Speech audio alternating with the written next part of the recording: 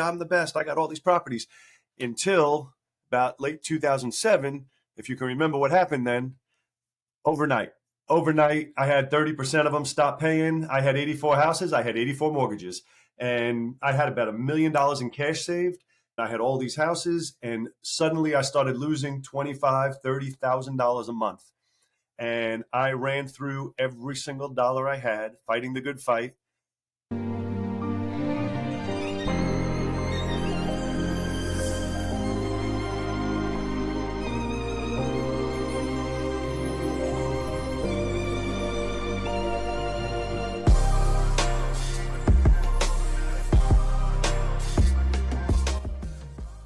Good evening, everyone, and welcome to the Acaba Home Financial Freedom Mastermind Group.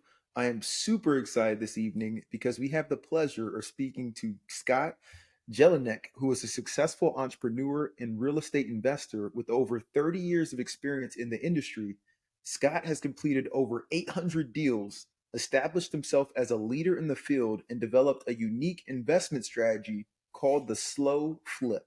He is passionate about sharing his knowledge and expertise, coaching and mentoring with other investors, and helping a lot of people achieve their financial goals, which you know is a huge component of the Acaba Home Financial Freedom Mastermind Group. Scott, thank you so much for joining us tonight. Thank you for having me. I was looking at what your podcast was all about, and it is completely in alignment with what I'm always preaching. And it's all about setting yourself free. And I saw that was what your whole baseline of your podcast was about to begin with. So I thought that was an awesome fit. Absolutely. And I love the fact that you not only achieve that, but you are helping others kind of get to that level and be able to achieve that for themselves. And so I really want to take it back to the beginning, Scott, because I'm super interested in your story.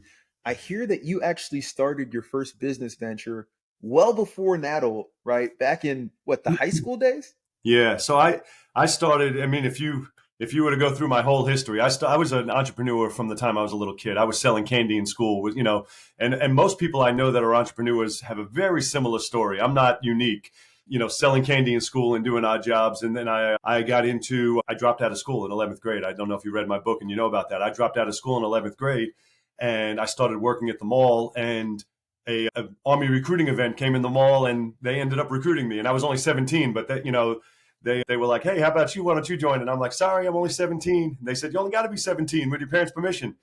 And so I was in the Army. I got out, got back home, and then I moved to Virginia, and I was selling sodas on the beach in New York. Then I moved to Virginia, and I started mowing lawns.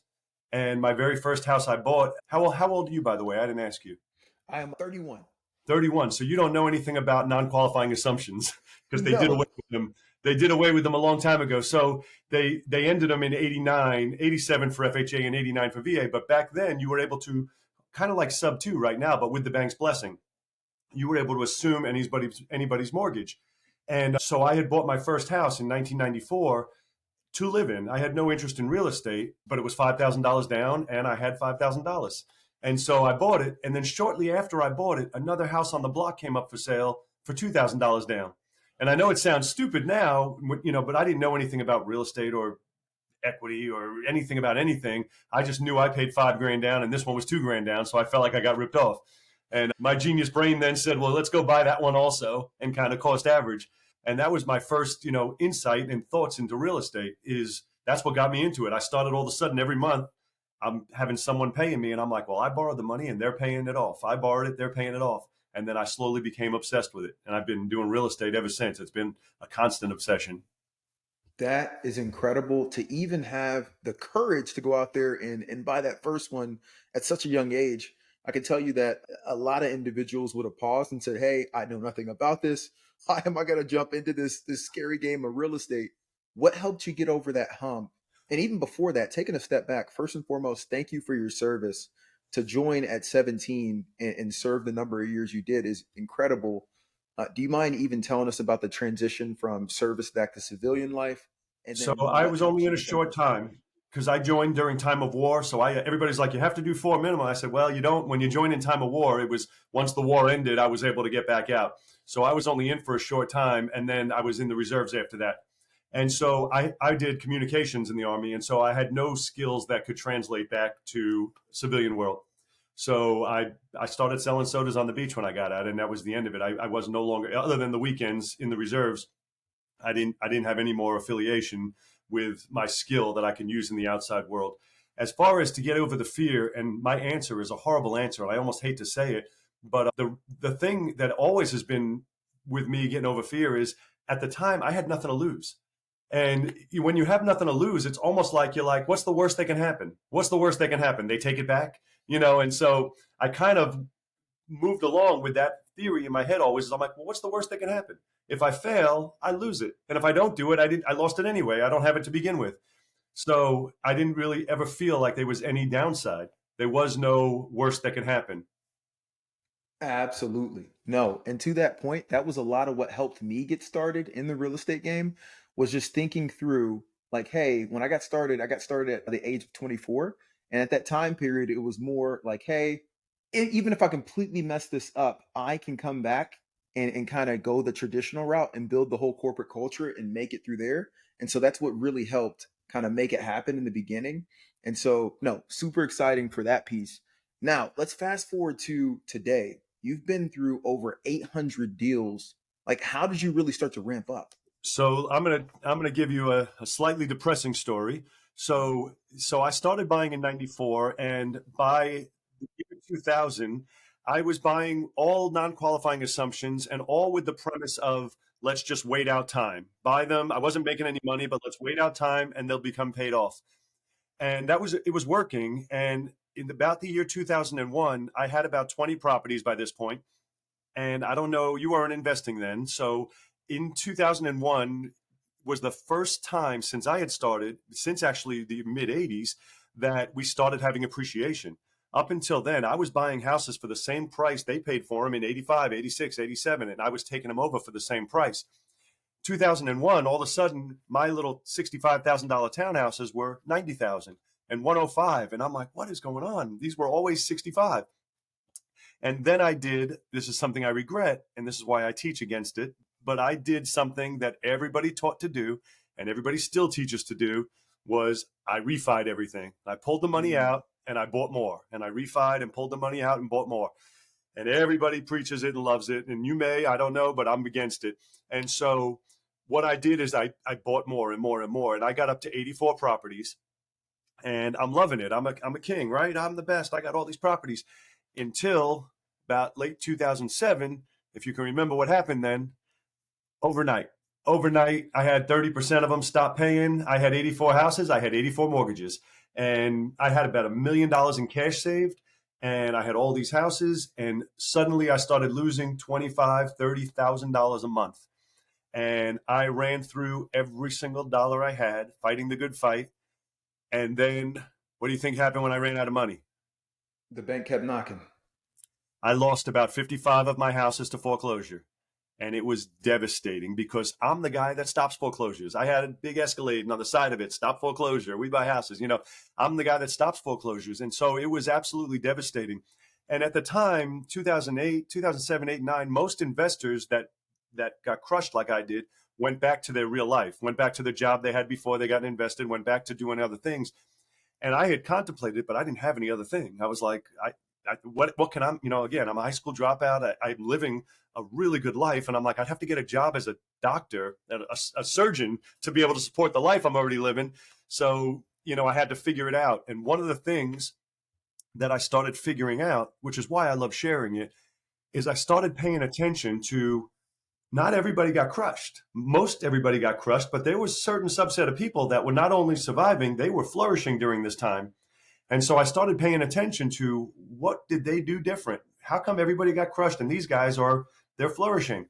And one of the things, I started having lunch with a lot of people. And one of the things I noticed with all of them, most of these older guys, is they owned their houses free and clear.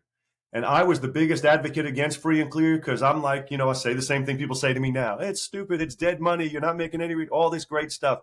I was so against it until I got crushed. And then I'm seeing these guys, they owned everything free and clear. And now they're buying more and more houses and they're paying cash for them when everyone else was getting smoked.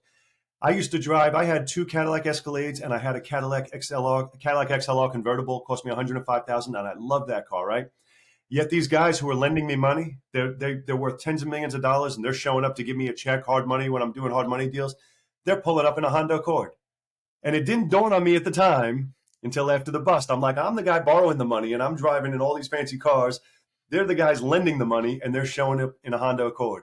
And it was things like that that started clicking in my head to notice what I did right and what I did wrong, or what they're doing right and what I did wrong. And I revamped absolutely everything to model that theory. Now, so to this day, can you guess what I drive?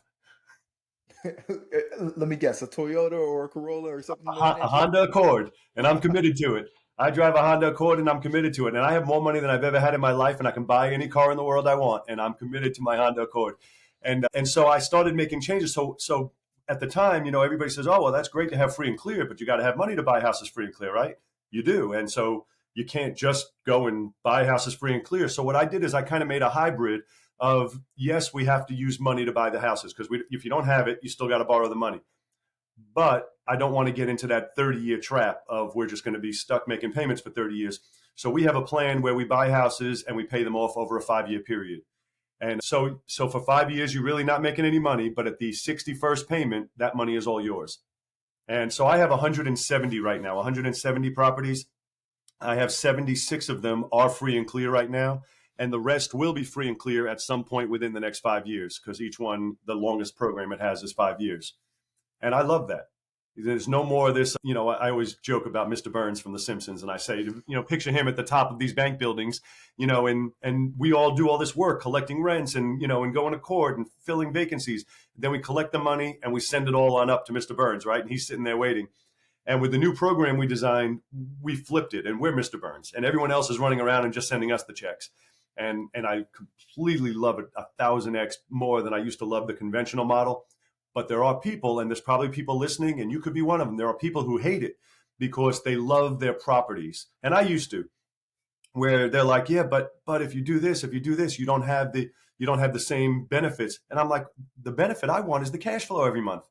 And that's the benefit. I don't look at them as houses I'm in love with anymore. Now I just look at them as pieces of paper that send me money every single month.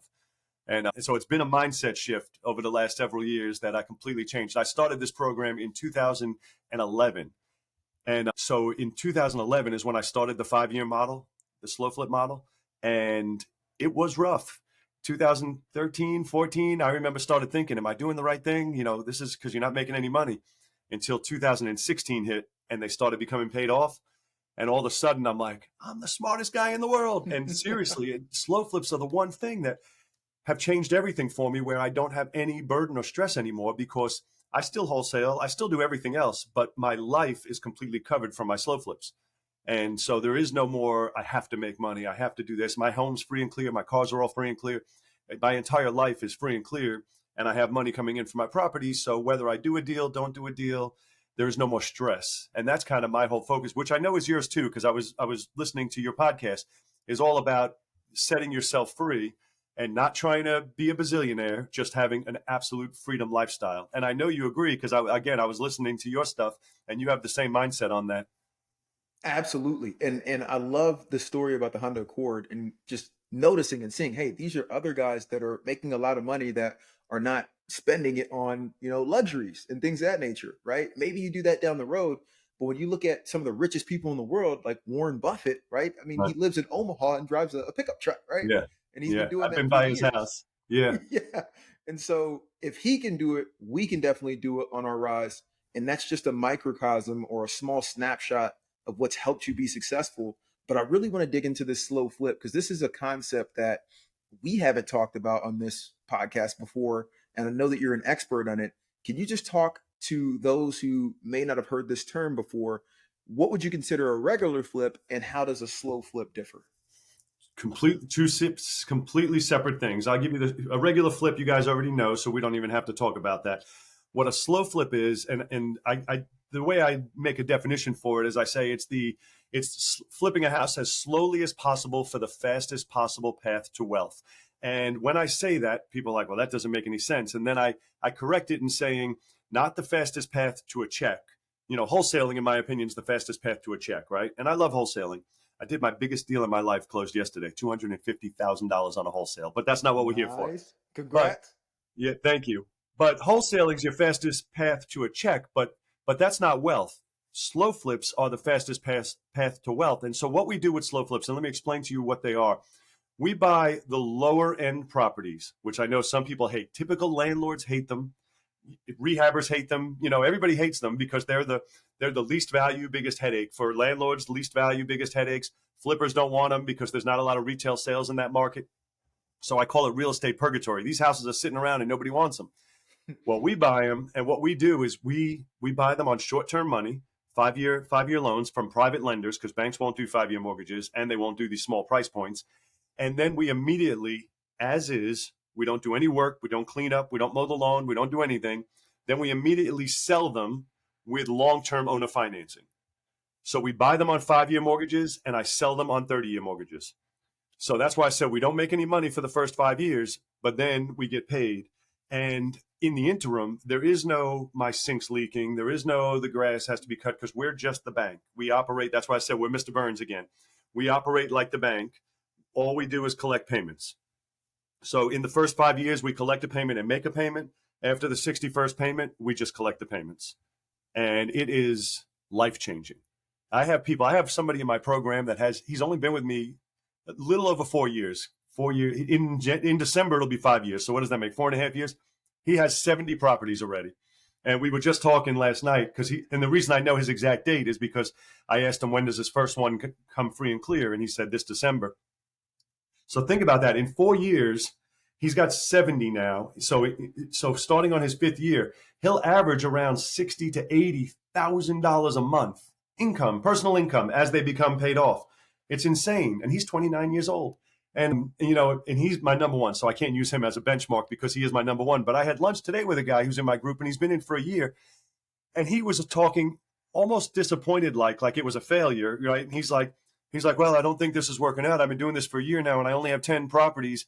And I'm like, do you hear yourself? You got 10. I get 10 and they're all on the 5-year plan. I'm like, do you hear what you're saying? Because I usually tell people, forgetting wealth and being, on a yacht in the Greek islands and Lamborghinis, I said 10 properties is usually enough to set someone free. If you can pay off 10 properties, again, you're not rich, but you don't have to go to work. There's a lot of levels of financial freedom, but the first one is you don't have to work anymore. Doesn't mean you're rich, doesn't mean you can do anything in the world you want, but the important thing is you're free. You don't have to do anything you don't want to. And so I absolutely love the quickness. And I know people love flipping and they like 5 years. That's not quick. I'm like, listen, compared to the other plan, which is 30 years, 30 years on a mortgage or working a job for 40 years, I'm like, believe me, 5 years is quick. And most people who really appreciate it are people who've already tried the conventional plan, doing the Burr method or doing conventional rentals, and they've been doing it 15 years and still aren't making money. Then all of a sudden, for them, it makes perfect sense. When people are brand new, they're like, well, I want to make money right now. I don't want to wait 5 years. And I'm like, well, you do what's hard now and life will be easy, Absolutely. Absolutely. It's definitely it's playing on kind of the whole fact. And I've learned this since my investing career. I've been investing for a little over 7 years, and it's always those deals that you bought early on that are the best ones now. It's like, man, that was a headache early on, but now it's increased in rent rapidly. The mortgage is going down and the tenants are getting better, the units are getting better, and it's not like your mortgage rate has increased. So it's like those ones that you buy a little while ago are the ones that are going to feel and be so much better for you down the road. You just have to have a little bit of delayed gratification. There's a saying that somebody told me, and I repeat it all the time to people, and it doesn't just apply to real estate, it's everything in your life. But they say if you do what's hard, life will be easy. Do what's easy, life will be hard. And it's so true with everything. If you take the easy path, you can do it and you'll have a good day today, but now your future is going to be harder. Or if you do what's hard right now, your future is going to be easier. And I see it all the time in every aspect of people's life. And I'm like, just a simple saying, just remember it. If you're taking the easy path, you're setting yourself up for a hard future. Agreed. And I just have a couple more questions before we turn it over to the group. And they're probably going to have a million questions and be joining in here live, as you can see a couple right now. But the first and foremost is around this group. You mentioned that you mentor, you have a couple individuals that you're helping actually follow this path of the slow flip. How do people join that group, and how many members do you have right now? So we actually don't take people just joining, because what I did is I have a free training, and I like people to watch the whole thing because it's long. It's about 2 hours just explaining it. and because I only want people who understand and resonate with our same as you do, with the same purpose. I don't want. I'm not the guy in the Lamborghinis. You see, if you're on social media, there's a lot of these real estate guys running around in Lamborghinis. Hey, you can be rich like me in 2 weeks, and I hate all of that. And so I really am careful to make sure that the people that we work with resonate with the same mindset that I have, because otherwise we're not going to get along. If you're hoping to be in a Lamborghini in 3 weeks, then it's just not going to be the right group for you, right? And so we have people go through our free training first, which is at slowflips.com, slowflips.com. And it's a 2-hour training. And then at the end, for those who it resonates with, then we have a group program there. It's called the Freedom Accelerator program. The people in the group love it. And it's a community also. So it's not just me coaching, it's coaching, community, and the courses all together. But they love it, because even people that only have 2 and 3 properties, and there's a lot of them that just have 2, 3 properties, you'll be amazed how even just a couple of properties changes someone's life. There's, there's people who make marginal amounts of money, and just a couple of properties can double their pay. And this is money they're not working for every month, and they still go to work at their job. And so it's a life-changing thing for a lot of people. 100% agree. It changed my life. I know it's changed your life and many others that are joining us here tonight. And so, yeah, this is an amazing, amazing way to kind of transform generationally your whole family. My And son so is 14 right now, and he has 30 already. your son He has has, 30 at 14? yep. And because the way we teach, and this is why I tell people, like when people, I have my oldest guy in my group is 77 now. He joined me when he was 74. This is the way I tell people: if you don't need money, so what stops a kid from doing it? If you don't have to have money to do it, because you don't, and you don't, everything's done on the computer as far as filling them in the paperwork. You, what would make somebody either old or young think that they couldn't do it just because of their age? Anybody could do it, and that's why I love Slow Flip so much, because it's such an overlooked area that it's neglected.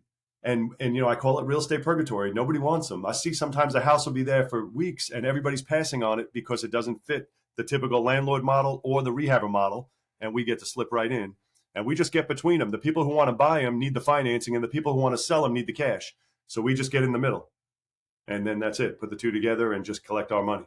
That's the key. Finding a niche and really narrowing down and zeroing in on it. I love it. There's a saying, right? The riches are in the Riches in the niches, niche, yeah. riches in the niches. And I think you found one that is definitely kind of ripe for the picking. And the last question for me before opening it up to the group, and there's going to be others asking questions. What are some major projects or goals that you have for this year, right? As far as growing your presence, things of that nature. Well, I have one major project I'm working on right now, but it has nothing to do with anything we're talking about. I'm buying a home in the Bahamas. I'm actually leaving Nice. tomorrow. Yeah, and I'm real excited about it because that's something I've been wanting to do. And I'm not going to live there because my son's only 14, so I still have another good 4 or 5 years till he leaves for college. But once he leaves for college, we're going to start doing our winters there. It's in Bimini in the Bahamas, and so I'm really excited about that. So I know that wasn't the type of project you were talking about, but that's what's on my head right now. One thing that I am working on right now that I'm real excited about. My other project I just completed, which I talked to you about earlier. I don't know where the cameras, if you can see, but my book is finally out, The Art of the Slow Flip, and I worked on that for a long time, and so I was very happy for it to finally be out. And it's you said you ordered it, so I look forward Yeah. to hearing your feedback after you read it. And I know you said you ordered it, so I didn't want to have to tell you, but I was giving them to you guys, everybody who wanted it, for free. We're making Hey, a page right now. If you go to scottsfreebook.com, I don't know if it's live yet, but they're working on it as we speak. And I told him I was doing this tonight, and he said he's going to set it up to give everybody a free copy of the book. no, Scott, we appreciate that. I'm going to definitely flaunt my copy, but I think the rest of the group will put the link into the show notes so that they can click it and be able to go and get that book as well. And we appreciate you jumping on and sharing your knowledge. And I want to now open it up to the rest of the group. Please feel free to do your live call in and or drop questions into the chat. We've got Scott here who is going to answer some questions on the art of the slow flip and kind of help us start to understand even a bit more how we can accelerate our portfolio. So we'll give it a pause.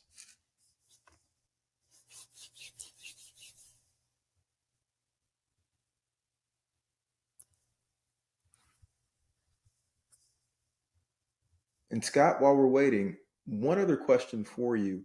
this Bahamas piece, right? I'm always interested in seeing like, hey, what's driving people? Is this a dream that you've had for a while to be able to make it and buy that house over there? So I wasn't always planning on, we go to the Bahamas a lot, and I wasn't planning on buying one there. In just recently, a friend, some of my friends have houses down in the Bahamas, and we go to the Bahamas a lot. I love Atlantis. We go to Atlantis a lot in Nassau, and we really fell in love with Bimini. We've been to a lot of the islands in the Bahamas, and we really fell in love with Bimini. And then we were talking about getting a house in Florida for when Vince leaves, to have warmer winters. And then I was like, well, if we're doing that, why don't we just go to the spot where we love, which is Bimini? We started looking and fell in love with it. That's awesome. That is awesome. So we got a couple questions, one in the chat, but before we get there, Dwayne, do you got any questions for Scott? Hey Scott, how you doing? First of all, I want to say thank you very much. I definitely can't wait to get my hands on that book. Awesome. But and that piece about you getting the house in the Bahamas, that's great because my wife's from the Bahamas, and with your process, I would love to get a house in Exuma maybe, because we love that. Oh, very nice. Yeah, I love it there. Yeah. So my question is I've been listening to you with your process. You said, you don't need money to start, whatever it is. Is it like creative financing that you're using to be able to start this process, or? We raise private money. So, and I have a whole section that we teach on raising private money. We also have a national lender now that just lends to the people in my program, but we raise private money, and I teach people how to raise without ever being rejected. And it's really a unique system, and I can give you a short version of it if you want. But we teach people, it happened to me on accident. When I started raising money, I have this woman that runs a local club, and she has a lot of connections. So I went to her and was asking her, hey, could you set me up with some of your people? I'm trying to raise money to buy houses. I'm going to pay 12% return. 12 is a crazy good return, right? I still pay 12. So I'm going to pay a 12% return. We're only borrowing X amount. And before I was done with the conversation, she was like, well, what about me? I want to do that. And so I was like, well, okay, and so she became my lender, and it taught me something. And I call this the way to never get rejected. I said, we never ask anybody to be our lender. We always ask if they know somebody who might be interested, even though we want them. I want you to be my lender, but I'm never asking you. I'm always asking, do you know somebody who might be interested? And then we never ask to borrow. It's offer an opportunity. We offer them an opportunity to make a 12% return on their money. But not you, Dwayne. You're into a bunch of other stuff, but you know people. So you might know somebody who wants to pay. It's the safest investment out there, 12% secured by real estate. But not you. You're doing that crypto stuff or whatever else you're doing until you're saying, well, tell me about it. I might be interested. And then you maintain your position of power. So you're not sitting there groveling, oh, would you please loan me money? Right. And once you do it properly and you can practice on people, you'll be surprised how much money is in your circles right now that you don't even know. Because it won't be them. It'll be their grandmother who wants to loan out of her IRA, or somebody's working and has, because a 12% return is good money. They're making 1% in the bank. And so it's really easy to raise money. And then we have one national lender that we just recently got to do deals now for our slow flip deals. But mostly everybody's been raising private money. Okay. Nice. Thank you, Scott. You ask a short question, I give a long answer. Sorry. That's fine. Shifting over to Radim, did you have a question for Scott?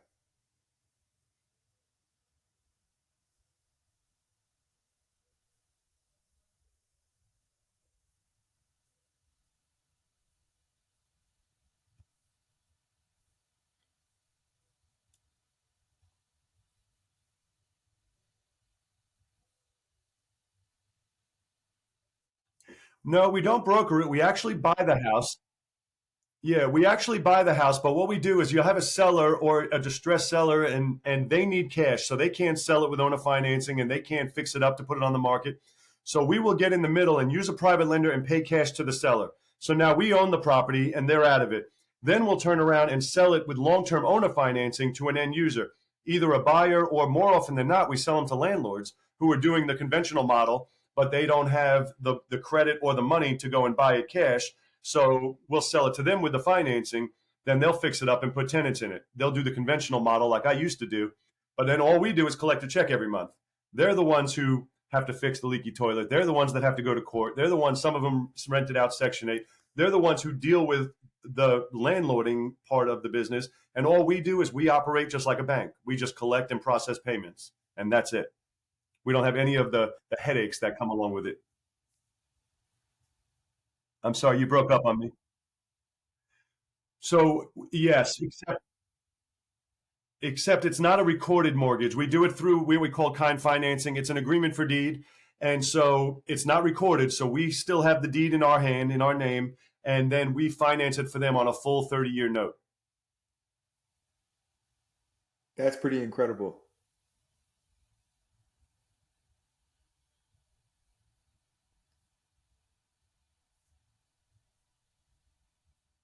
It's not recorded. It's a table contract. So we do it in our office and it sits in our file cabinet. Nothing gets recorded. We still own the house. And when they finally pay it off, that's when they get the deed. The way I explain it to my buyers when they say, well, what's the difference? And I say, when you buy a house from a bank, the deed goes in your name and then you pay for 30 years. When you buy a house from me, you pay for 30 years and then the deed goes in your name. It's the exact same end result. Love it. Love it. I think Radeem's and Radeem, we're gonna come back to you. I think your line's breaking up a little bit, but we have a couple questions in the chat. And one of those is from Mark, and really I think there's one right below that, which is along the same line of this.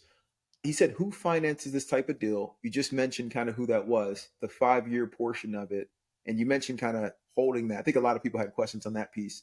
And then also somebody asked if you could explain the concept in more details. Do you have just one example? You've given a couple, but could you give us one more example of a deal you've done recently? So I can give you 1,000, but I'll just break down numbers for you. So and I know when I tell you these numbers, and I don't know where everybody lives, the people's first inclination is, you can't do that in my area. That doesn't work in my area. And I get it. And in a lot of areas, it doesn't work. However, I buy in 4 states. I live in Virginia, but I have a ton of houses in Illinois and a ton of houses in Missouri, in St. Louis area that I've never even seen. I have 37 out there that I've never even seen. It works without even going out there. So as a, for instance, real numbers, we'll buy houses for, and I know you might be in an area where they're all 500 grand for houses. We'll buy houses for $25,000, $30,000. And then we'll buy them. We'll get a 5 year mortgage on them. 5 year mortgage on $30,000. The payment comes to $667.33 a month. That's at 12%. That's for 60 months. That's a 5 year amortized mortgage, no balloon. Then we'll turn around and sell it immediately, typically for $79,000 to $89,000 with owner financing, $3,000 down and $875 a month. But we're selling it for $875 a month for 30 years. So for those first 5 years, we really don't make any money. That 875 covers our 667, plus we pay the taxes and insurance. So we really don't make any money. But in 5 years, we own the house now free and clear. And now that 875 is all ours. The other irony is when I started, they were all 875, and I still use those numbers because we don't know how the market's going to move. But right now, those same houses, I'm getting 1375 and some 1475. And houses I paid 20 and 30 and 40 grand for, which the returns are staggering. But I don't like to ever teach on those numbers. And the reason is we don't know how long that's going to last. That's new because the market's been so crazy these last few years. So I try and teach on the numbers that I know work, even when the market is low and stable, not the way it's been recently. And so 875 is a number that's always worked, even though we are getting a lot more in the current market. Nice. Nice. And that's a good nugget to kind of keep in mind as the market is starting to settle down, things of that nature that, yeah, we're elevated, but I don't know that we go back to the 875. I think we're still going to stay a little bit higher. I know. But It's that's good. crazy. I was talking with a girl the other day who rents in an apartment, and she said her rent is $1,600 a month or something, 16 something, and she has a 3 bedroom apartment. Her renewal is in August, and they already gave her renewal if she wants it, which she said no, is $2,800. It's going from 28. $1,600 to $2,800. I was like, holy, that's a big increase for 1 year. That's nuts. That is nuts. And Mark, I see you joined. Did you have a question for Scott? Hello, Scott. Again, I appreciate you sharing your wealth and knowledge about this slow flip. I'm very curious about the details of it. And I know you explained it several times. And it sounds like you have to gain the financing first. So you find a deal, say, I'm going to say for $100,000, you purchase it, you finance it for 5 years. No, So the $100,000 price point would be tough to make it work in 5 years. We try and stay at 50 grand or under. And the reason is at a $50,000 loan, it comes out to $1,112.22. And that still works because even the lowest price point on a $50,000 house is about 1175. So when you get to a $100,000 house, typically the numbers don't work to get paid off in 5 years.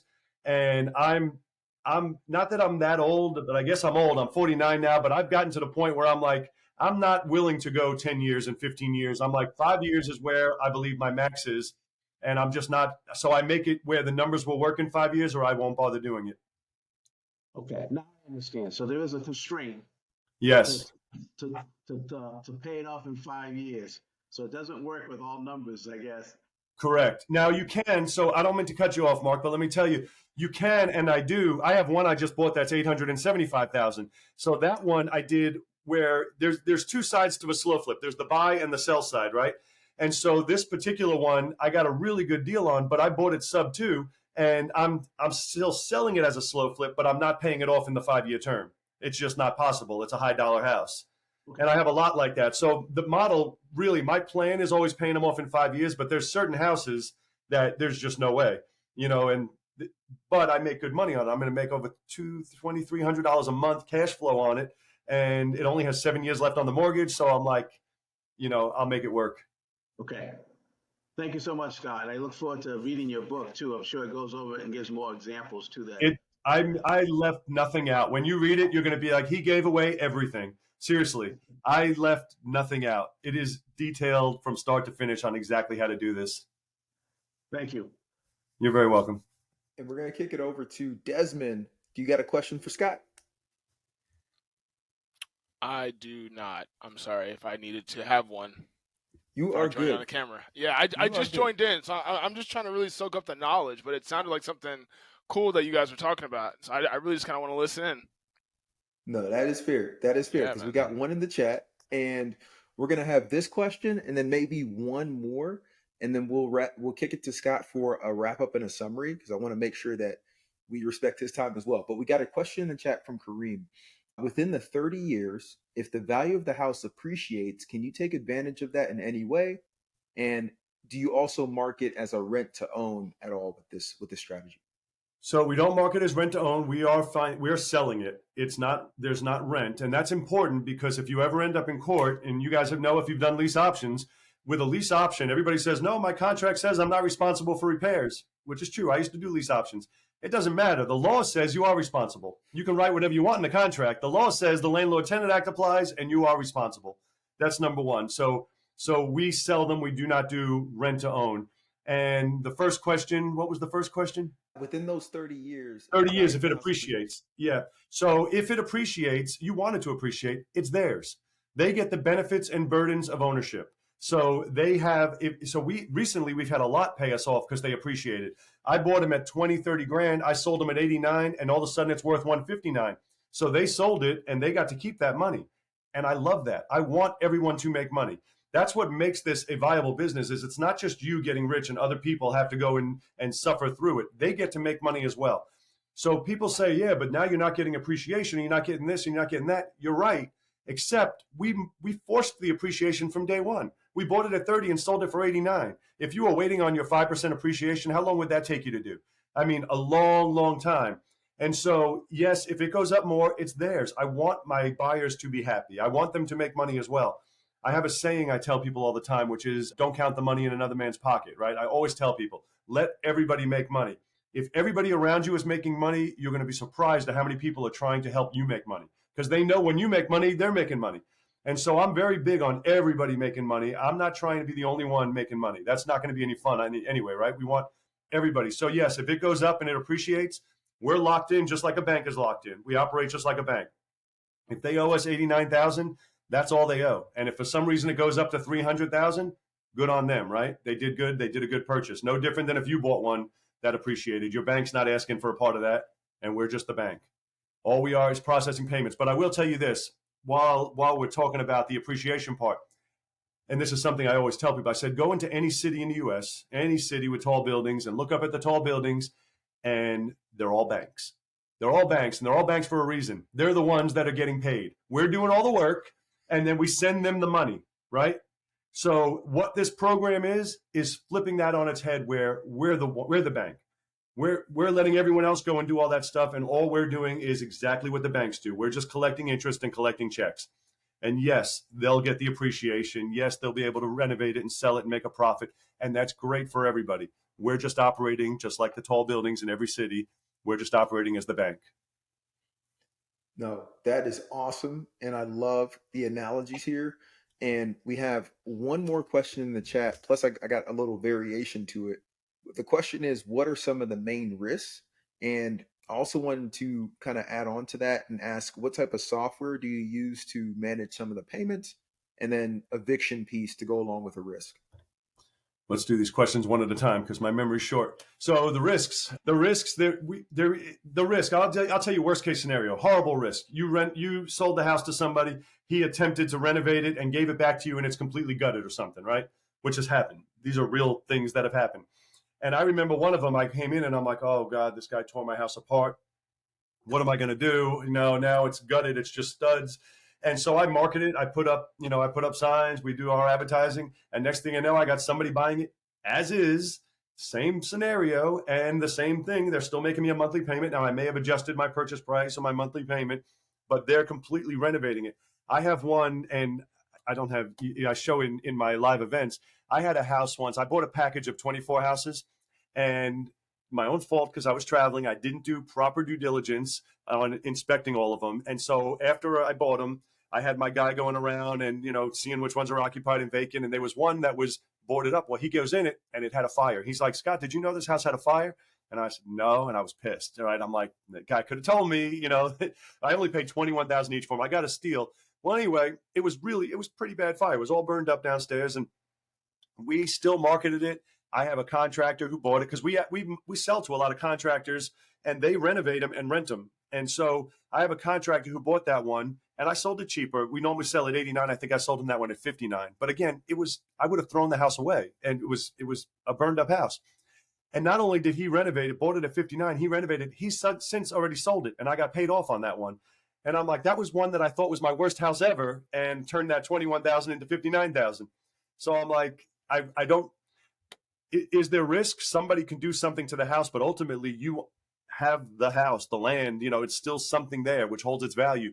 We sell, and this is something important, and if you're writing something down, I always say to remember this. We sell the financing, the house comes with it. We're not selling the house. We are selling the house, but that's not what our pitch is. Our pitch is the financing. So people ask, why would someone buy your house? Why would someone buy that for 89 when there's one right on the block for 50, one right on the block for 40, right? The reason they would buy ours is because they can. It's as simple as that. When somebody looks at me and comes in and they say, how come you're asking 89? The other one like it's only 35. I say, well, I would buy that one. That's a way better deal. But I can't buy that one. That one's cash. Well, then I would buy mine. That's it. I don't ever try and push anybody into believing a different reason. What we have that they don't is the financing. That's it. The only reason you would buy mine is because you can. The other one might be a better deal, but you have to have the cash to go buy it. Mine, you just have to come in with your $3,000 down and sign some papers. And so that's the ultimate reason. We sell the financing. The house comes with it. And I know you had other questions. My mind went blank on them. No, you're good, because what you just said is super incredible, right? Because this is strategies that's used in the commercial world all the time, right? Yep. In commercial real estate, it's hard to get loans that are, better than, hey, 40% down, 30% down, things of that nature. And so people sell their finance. And this is basically becoming the bank and sell their financing with, single family homes and smaller homes. But the other two parts of that question were, what type of software do you use for like collecting rents, things of that nature? And then have you gone through evictions? So with the software we use, which I'm in the process of testing a new one. So right now I use Propertyware, and I've been using Propertyware for years. And I pay $250 a month for Propertyware, and which is why I'm telling you I'm testing a new one now. And I'll tell you what that is, but I'm testing it, so I don't know it to be good. I always used for collections. We used to use a software called Pay Near Me. And I was with Pay Near Me when they first started. And then that company blew up so big that they eventually quit us and said that we're too small of a customer, because now they even do the IRS. They do everybody now. And so we switched to another company called Aptex, APTEXX. And what makes Aptex unique is they can pay with a debit card, a credit card, or a bank check, which every company that does collections can do that. What makes them unique is, just like Pay Near Me, they can also pay by cash, where they can go to any 7-Eleven, they can go to a Ace Cash Express, and they get a barcode on their phone, and they can pay cash, and then the money automatically goes into your bank account. You get an email that this much paid, and they get a receipt, and you don't ever have to see anybody or collect any money. It's all done automated. As far as evictions, yes, obviously in any aspect of real estate, you're going to end up having evictions. And we don't do that many because of the nature of they have a down payment and they typically renovated the house. They generally will fight to keep the house. They don't want to ever lose it because it's their home, unlike a rental where they know they're leaving anyway. But yes, it does happen. And so with that said, we don't invest in what's considered non-landlord friendly states because you want to, like even Alabama as an example, I have friends that do a lot in Alabama. In Alabama, you have to do a lease option because if you do a land contract or an agreement for deed in Alabama, they require you to do a foreclosure. And that just gets expensive and takes longer. So there's certain states that, like right now, I'm in Indiana, I'm in Illinois, I'm in Missouri and Virginia. And they're all very landlord friendly states where if somebody doesn't pay, it's just a regular eviction. You file 6 weeks later, they'd be out. And so even during COVID, where all of a sudden nobody paid, our people still paid because they knew they can get away with it. We can't kick them out, but then they're going to lose their home. And so our people still paid. And I have friends that they were like, I'm $500,000 behind in collections. And because nobody was paying the landlord, they're like, well, I'll stay as long as I can and then move somewhere else. But our people, if they had to move, they're losing their home. So our people still paid. The slow flips still paid when everyone else was saying, I don't have to pay. You can't kick me out. No, Scott, this is incredible. And the fact that you've been able to do this through, really a couple cycles and Yeah. is just a testament to the strategy. And we truly, truly appreciate you coming on tonight and kind of sharing some of this wisdom. The last piece from us, how can we help you with some of your goals? You mentioned the book. There's going to be a lot of downloads coming as soon as that site is live, and also probably some purchases. But how can we help you with some of your goals for this year? So I will tell you really simple. If you haven't read on when you bought my book, my mission, my purpose, my mission is to help as many people as possible to set themselves free through real estate investing. And so that makes your question very simple to answer. How can you help me? Is by doing exactly this and setting yourself free. That's what does it for me. When people call, I get them all the time. They'll send me either a screenshot, I just paid off my fourth one, or whatever it is. That is, and I generally repost them, and I'm like, this is why I still do this, because everybody's like, why do you still do this? Why are you still? That is the whole reason why I do it, because I love when people are like, I went to your class 6 years ago, and I just want you to know that this is my life now, and it's amazing on what a short period of time. And I know 5 years doesn't sound short to people with short attention spans, but 5 years is very short compared to all the alternatives, right? When people want to do conventional rentals and the Burr method and all this other stuff, I'm like, 5 years is nothing. 5 years is 60 little payments. And the idea that you can completely turn your life around and set yourself free in 5 years is incredible. And the last thing I want to say is, one of the things I'm always telling people, I always say, do something today your future self will thank you for, right? And with that said, slow flips is a short time to set yourself free. If you wait, a month is a month, but if you wait a year, 6 months, a year, 2 years, you're going to look back and 5 years will pass and you'll be like, I wish I started that day we talked about this, because today I would already be free. And now I'm starting and it's going to be 5 years from now. Right. So every day I always tell them, I said, just do something today. When you look back, you'll be like, thank God Scott did it back then. So now I'm reaping the rewards now. And so I always, people think I'm crazy when I talk about future Scott, but I do that on purpose because the work I do today is for him. It's for future Scott. And if you can see yourself and start thinking in that way, you don't mind doing stuff now that you don't get a benefit for today, because you're not doing it for you. You're doing it for your future self, right? And when you have that mindset, you don't mind because you know he's going to thank you. Your future self is going to look back and thank you for doing the work now so that he can live that life then. 100% agree. We're not buying houses in the Bahamas unless the Scott from previous was putting Exactly. away and kind of building for that. And so, Scott, we appreciate you for the motivation and for putting the knowledge that you've gained over the years out there for us to kind of digest it and be able to follow in those footsteps. And thank you so much for coming on the Acaba Home Financial Freedom Mastermind podcast. Thank you for having me. I had a great time. Thanks.